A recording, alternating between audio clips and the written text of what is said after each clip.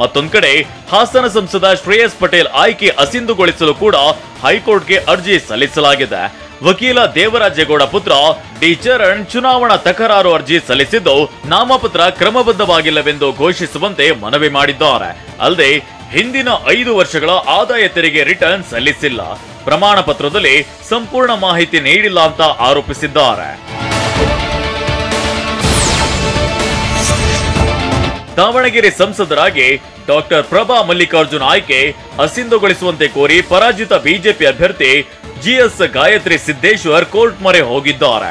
ಹೈಕೋರ್ಟ್ಗೆ ಅರ್ಜಿ ಹಾಕಿರುವ ಅವರು ಡಾಕ್ಟರ್ ಪ್ರಭಾ ಗ್ಯಾರಂಟಿ ಕಾರ್ಡ್ ವಿತರಿಸಿ ಮತದಾರರಿಗೆ ಆಮಿಷವೊಡ್ಡಿದ್ದಾರೆ. ಮಹಿಳೆಯರಿಗೆ 1 ಲಕ್ಷ ಕೊಡುವುದಾಗಿ ಗ್ಯಾರಂಟಿ ಕಾರ್ಡ್ ಹಂಚಿದ್ದಾರೆ. ಹೀಗಾಗಿ ಅಕ್ರಮ ಚುನಾವಣೆಯಿಂದ ಆಯ್ಕೆಯಾಗಿದ್ದಾರೆಂದು ಘೋಷಿಸಲು ಮನವಿ ಮಾಡಿದ್ದಾರೆ. ಪರಸ್ಪರ ಕಿತ್ತಾಡಿಕೊಂಡಿದ್ದ ಬೆಂಗಳೂರಿನ ಪುಟ್ಟೇನಹಳ್ಳಿ ಠಾಣೆಯ ಎಎಸ್ಐ ಹಾಗೂ ಹೆಡ್ ಕಾನ್ಸ್ಟೇಬಲ್ ಅಮಾನತುಗೊಂಡಿದ್ದಾರೆ.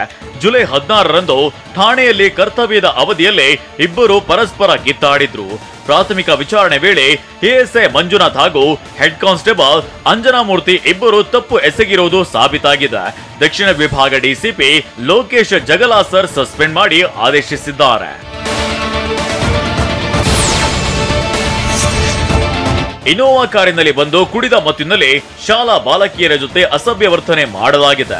ಬೆಂಗಳೂರಿನ HAL ಬಳಿಯ ಖಾಸಗಿ ಶಾಲಾ ಮಕ್ಕಳ ಜೊತೆ ಅಸಭ್ಯವಾಗಿ ವರ್ತಿಸಿದ್ದಾರೆ. ಕಾರನ್ನ ತಂದು ಮಕ್ಕಳು ಓಡಾಡ್ತಿದ್ದ ಫುಟ್ಪಾತ್ ಮೇಲೆ ಹತ್ತಿಸಿ ಶಾಲಾ ಮಕ್ಕಳು ಹೋಗುವ ವೇಳೆ ಅಸಭ್ಯ ವರ್ತನೆ ಹಾಗೂ ಅಶ್ಲೀಲ ಭಾಷೆಗಳಲ್ಲಿ ನಿಂದಿಸಿದ್ದಾರೆ.